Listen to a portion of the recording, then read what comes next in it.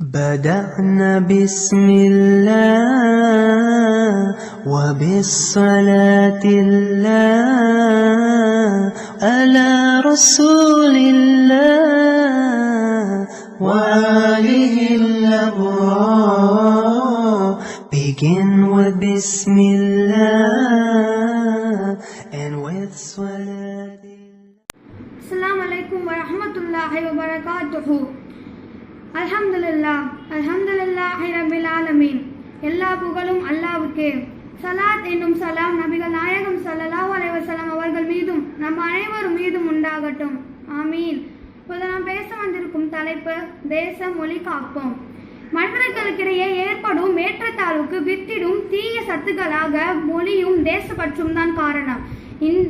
இலங்கை பற்றி எறிவதற்கும் லட்சக்கணக்கான மக்கள் பலியாவதற்கும் இந்த மொழி வேலைதான் காரணம். தமிழகத்திற்கும் கேரளத்திற்கும் கர்நாடகத்திற்கும் பிரச்சனை ஏற்படுவதும் இந்த மொழி வேலைதான் காரணம்.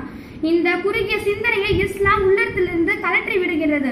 இஸ்லாத்தில் இருந்து கொண்டு யாராவது ஒருவர் மொழி தேசியம் என்ற அடிப்படையில் சண்டையிட்டுக் கொண்டால் அந்த சண்டையில் உயிர் துறப்பால் என்றால் அவர் முஸ்லிமாக மரணிக்கவில்லை என்று நபி ஸல்லல்லாஹு அலைஹி வஸல்லம் கூறினார்கள்.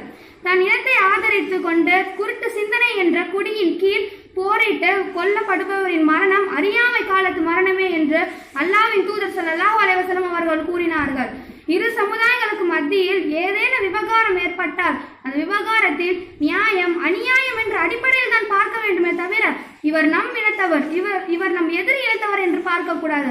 அப்படி பார்க்கின்ற அந்த உணர்வுக்கு பெயர் தான் தேசியம் மொழி உணர்வு. என் நாடு உயர்ந்தது, என் மொழி உயர்ந்தது என்று மனிதர்கள் சிந்தனையால் சண்டையிட்டுக் கொள்கிறார்கள்.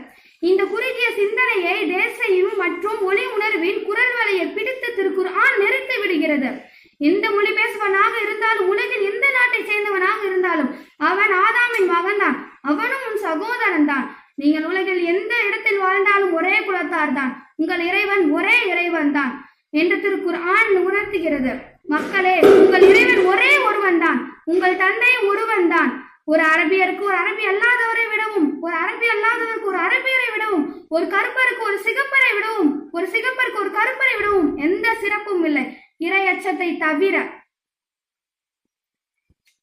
தீண்டாமை பெயரளவுக்கு இல்லாமல் செயலளவுக்கு ஒழுத்தி காட்டியது திருக்குர்ஆனும் அதை போதிக்க வந்த திருத்தூதரும் அவர்களும் தான்.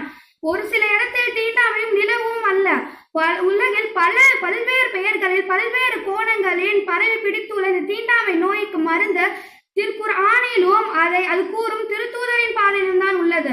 எழுத படிக்க தெரியாத தூதரை நபியை முகமதை பின்பற்றுகிறார்கள்.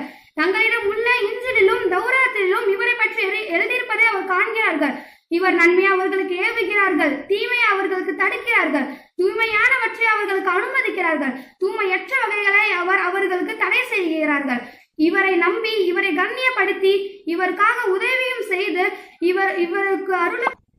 இவருடன் அருளப்பட்ட ஒளியை பின்பற்றுவோரை வெற்றி பெற்றோர். அஸ்ஸலாமு அலைக்கும் வரஹ்மத்துல்லாஹி வபரகாத்துஹு.